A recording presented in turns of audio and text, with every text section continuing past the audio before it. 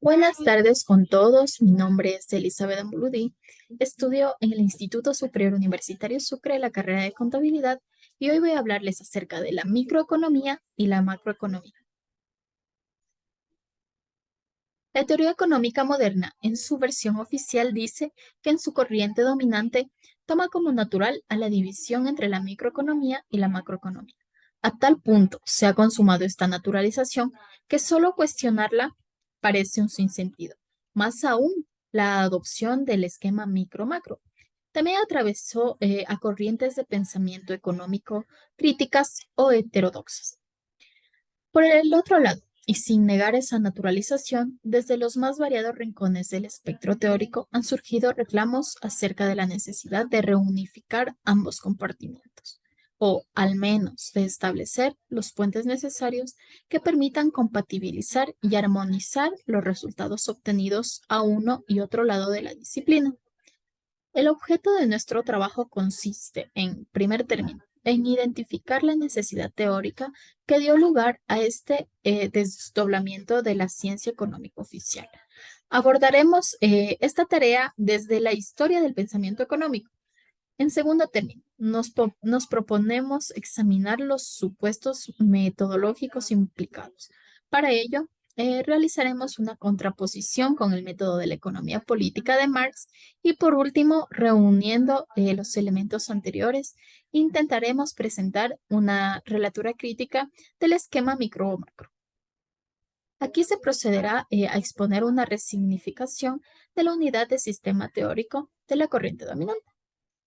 En la teoría microeconómica se supone generalmente el pleno empleo de los recursos, de tal forma que la atención del análisis se da sobre la determinación de los precios relativos y la asignación de recursos escasos a fines alternativos.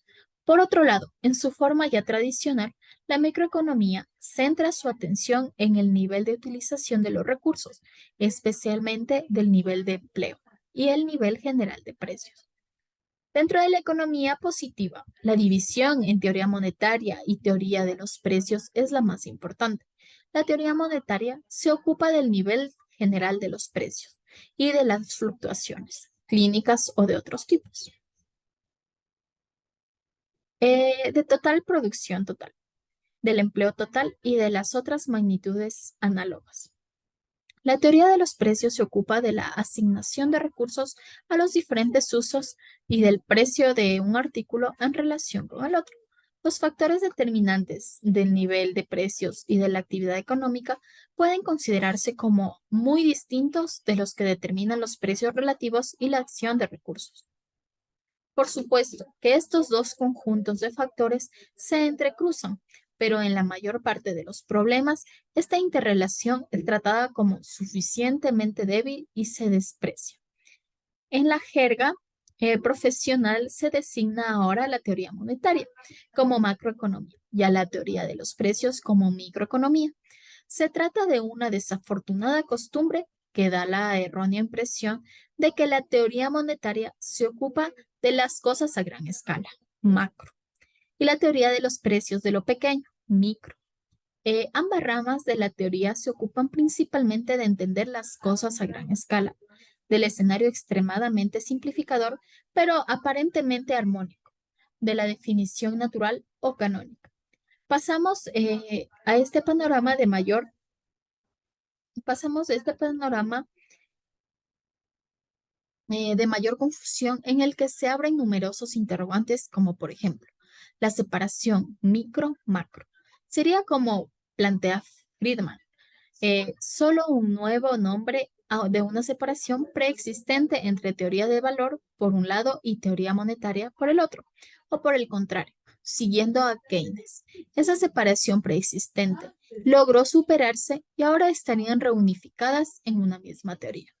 De ser así, cabría indagar en cuál compartimiento habría quedado esta teoría reunificada, si en la microeconomía, que estudia la asignación de recursos escasos, o en la macroeconomía, que estudia el empleo, la inflación y la actividad económica. Obviamente, lo anterior implica la necesidad de precisar la relación de la asignación de recursos dados, por un lado, los van y vienes de la actividad y la ocupación. Y por el otro, por su parte también sigue vigente la cuestión de si ambos compartimientos estudiarían la economía en su conjunto. Eso lo dice Friedman. Eso sería el ámbito específico de la macroeconomía. Eso lo dice Keynes. Subyace aquí la discusión acerca de la relación entre las partes y el todo. Si la microeconomía se enfoca en los precios relativos y la macroeconomía en el nivel general de precios, Friedman, pero también Brasson lo dice, y se imponen entonces a precisar qué relación hay entre estos. A su vez, o a esta relación entre precios relativos y nivel general de precios puede considerarse desdeñable desde el punto de vista de la investigación económica o el dinero en su eslabón clave para la unidad entre ambos compartimentos. Por último, sigue vigente la disyuntiva entre la tarea de analizar si las explicaciones son compatibles entre sí y por lo tanto existiera una unidad teórica general que subsume a ambos compartimentos o si por el contrario ni siquiera es necesaria esa compatibilidad por tratarse de objetos separables y separados. Frecuentemente se considera a Adam Smith como el fundador de la microeconomía, rama de nuestra disciplina que se ocupa hoy del comportamiento de entidades individuales tales como mercados, empresas, hogares. En La riqueza de las naciones en 1776, Smith consideró la manera en que se fijan los precios individuales. Estudió la determinación de los precios de la tierra, el trabajo y el capital. Identificó las propiedades notables de eficiencia de los mercados y observó que el beneficio económico resulta de las acciones interesadas de los individuos. Todo lo anterior sigue siendo relevante en la actualidad. Y si bien el estudio de la microeconomía ha experimentado grandes adelantos desde la época de Smith, políticos y economistas siguen citándolo por igual, frente a lo cual se opone con la misma unilateralidad lo siguiente. Adam Smith y los demás fundadores de la ciencia económica, inclusive toda la denominada escuela clásica, plantearon su objeto de estudio de manera tal que hoy les cabría el término de macroeconomistas, es decir, analistas económicos cuyo objeto del examen principal es el estudio de las grandes unidades económicas. La nación o un conjunto de naciones, esto a diferencia de los otros analistas, microeconomistas orientados hacia el estudio de las pequeñas organizaciones económicas, definiéndose así el campo de la microeconomía. En los párrafos citados de la riqueza de las naciones de Smith, podemos ver en una forma primaria varios de los elementos conceptuales que caracterizan a los modernos textos de esta materia. Dentro de ellos existen conceptos como los actuales de Producto Bruto Interno, fondo resultante del trabajo anual de cada nación, o el consumo, que serían las cosas necesarias y convenientes para la vida de aquella, o el intercambio comercial con el exterior, lo que se compra con dicho producto a otras naciones. En síntesis, estamos aquí ante una predefinición de lo que actualmente conocemos como ecuación macroeconómica o identidad fundamental. Una oferta global formada por producción interna o externa para ser absorbida por la demanda global con destino a su consumo interno o en el extranjero. Mientras los economistas se ocupan de lo que se llama teoría del valor, han acostumbrado a enseñar que los precios están regidos por las condiciones de la oferta y demanda, habiendo desempeñado un papel prominente. En particular, los cambios en el costo marginal y en la elasticidad de oferta en periodos cortos, pero cuando pasan en el libro 2 o más frecuentes en otra obra, a la teoría del dinero y de los precios, ya no oímos hablar más de estos conceptos familiares, pero inteligibles. Y nos trasladamos a un mundo en donde los precios están gobernados. Están gobernados por la cantidad de dinero, por su velocidad de ingreso, por la velocidad de circulación relativamente al volumen de transacciones, por el atesoramiento, por el ahorro forzado, por la inflación y la deflación, etc. Y se hace muy poco esfuerzo o bien ninguno para ligar estas frases más vagas con nuestras ideas anteriores de las elasticidades de oferta y demanda. De todos modos, en sus orígenes, el sistema teórico marginalista no contenía, pues no necesitaba la separación de micro y macro, por lo menos en lo que hace su definición canónica, y así se presentaba, pues como una sola teoría para un solo objeto. El enfoque de microeconomía clásica en la asignación de recursos escasos para sus mejores usos suponía implícitamente que el pleno empleo, escasez de recursos, era el estado normal de la economía. Si la economía opera a niveles sustancialmente menores que el de pleno empleo, los recursos, al menos temporalmente, no son en realidad escasos, y el costo alternativo de casi cualquier clase de producción adicional es cercano a cero. Una cantidad mayor del producto total puede producirse simplemente si se reduce el desempleo.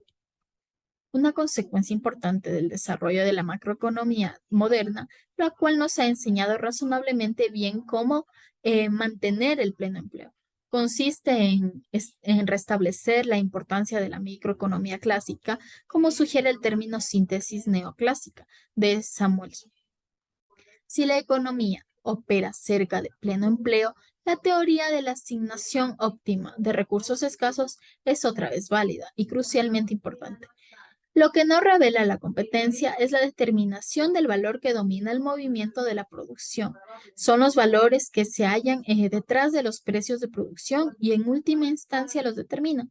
La concurrencia revela, por el contrario, que las ganancias medias, las cuales son independientes de la composición orgánica del capital en las distintas ramas de producción y también, por lo tanto, de la masa de trabajo vivo, una capital dado puede apropiarse en una determinada rama de explotación. Y dos, el alza y la baja de los precios de producción como consecuencia del cambio operado en cuanto al volumen del salario, fenómeno que a primera vista contradice totalmente el de la proposición del valor, de la proporción del valor entre las diversas mercancías. Y tres, la fluctuación de los precios comerciales que reducen el precio comercial medio de las mercancías en un periodo de tiempo dado, no al valor comercial, sino a un precio de producción que difiere de este valor comercial y es muy distinto de él. Todos estos fenómenos parecen contradecir tanto la determinación del valor por el tiempo de trabajo como la esencia de la plusvalía, en cuanto formada por trabajo sobrante no retribuido. Por consiguiente, en el mundo de la concurrencia, todo se presenta invertido.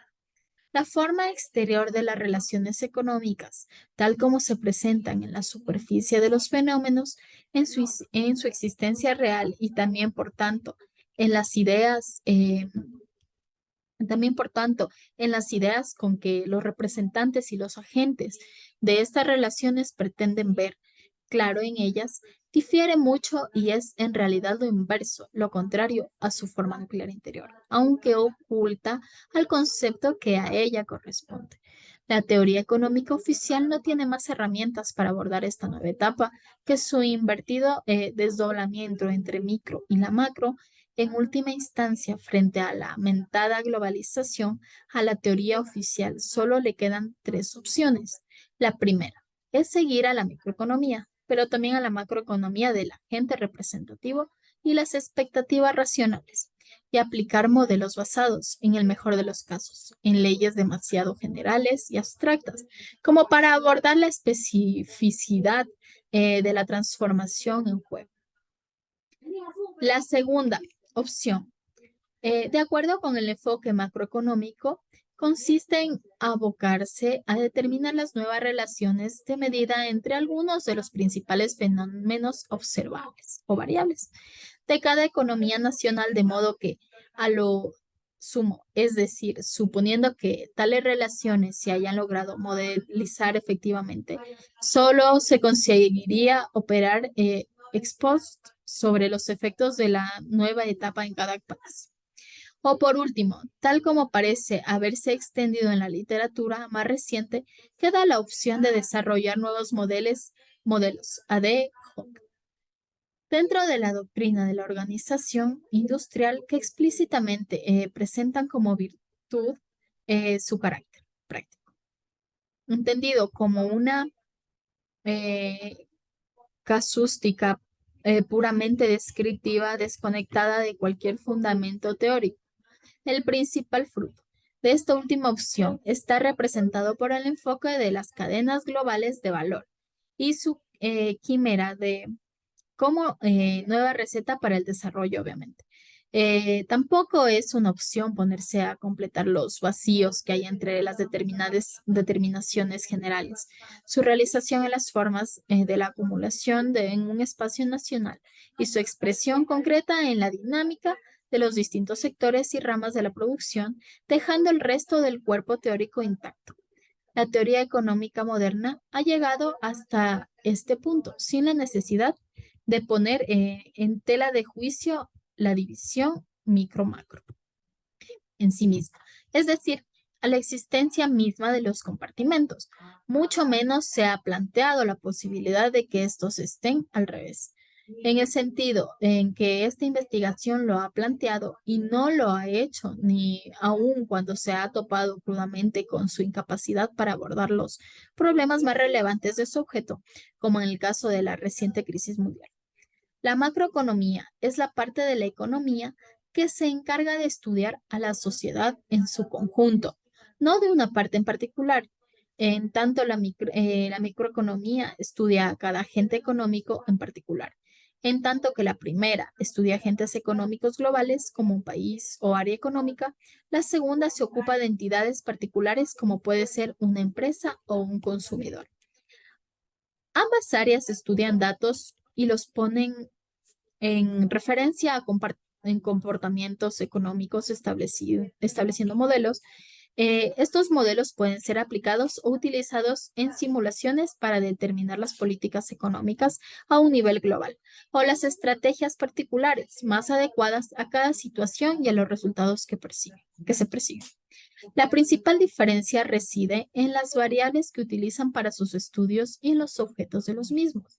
En el caso de la microeconomía, las variables que se manejan son individuales y el objeto de estudio es el comportamiento económico de individuos, familias o empresas ante la modificación de estas variables. En el caso de la macroeconomía, las variables son agregadas, es decir, no se tiene en cuenta el dato individual, sino que el input se emplea en la suma de un conjunto de sujetos con las mismas propiedades.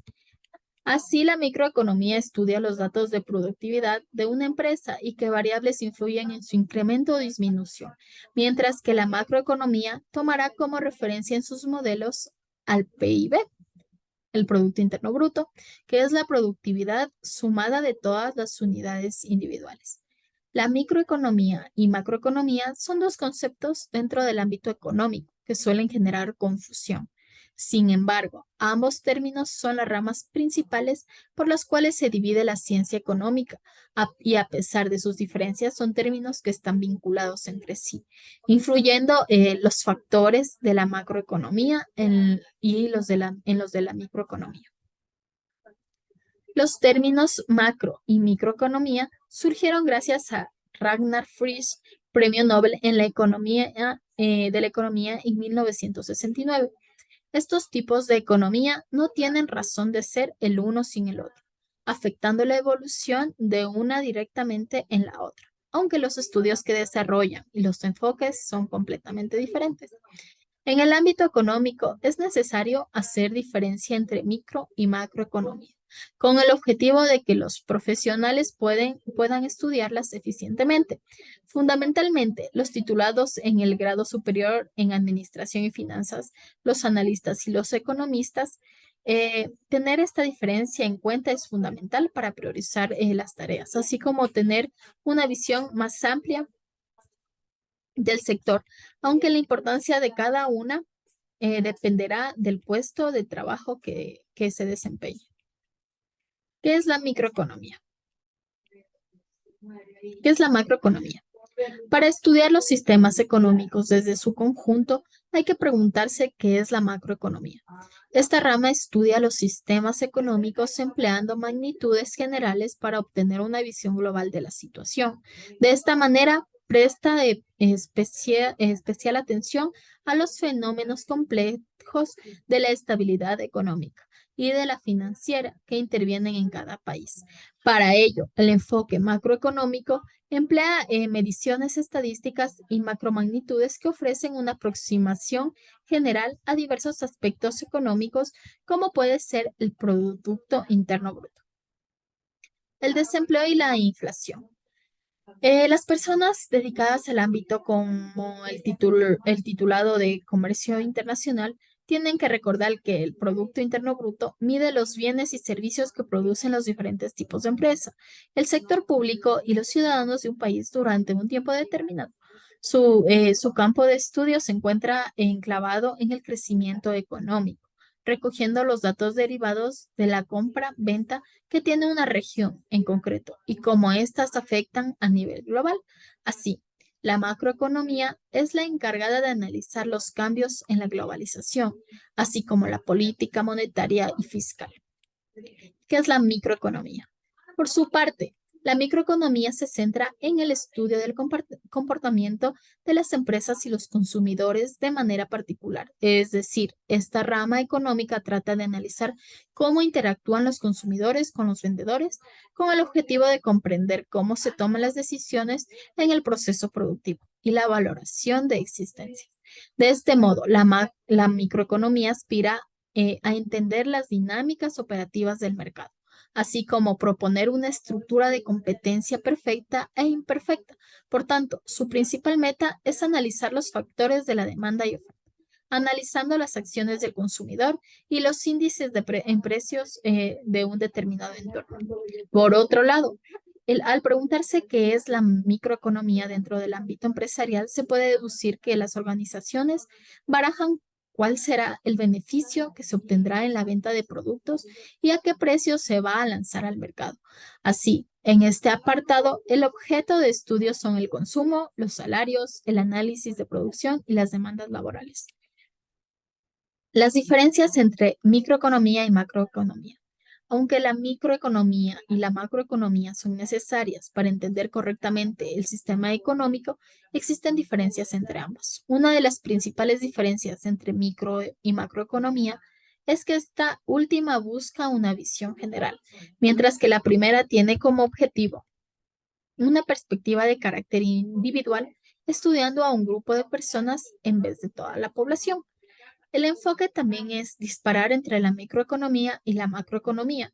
En este sentido, la primera estudia los factores económicos más pequeños, así como la influencia del consumo. Por su parte, la macroeconomía analiza los aspectos económicos de manera más global, centrándose en la industria y en las decisiones de los países. Otra de las diferencias entre micro y macroeconomía es que utilizan distintas variables para medir los dos comportamientos y estadísticas. La macroeconomía se centra en el Producto Interno Bruto, es decir, en la suma productiva de un país, mientras la microeconomía trata el consumo de una organización en particular. En relación con esto, el lugar donde se emplean también es diferente, destacando en el ámbito macroeconómico.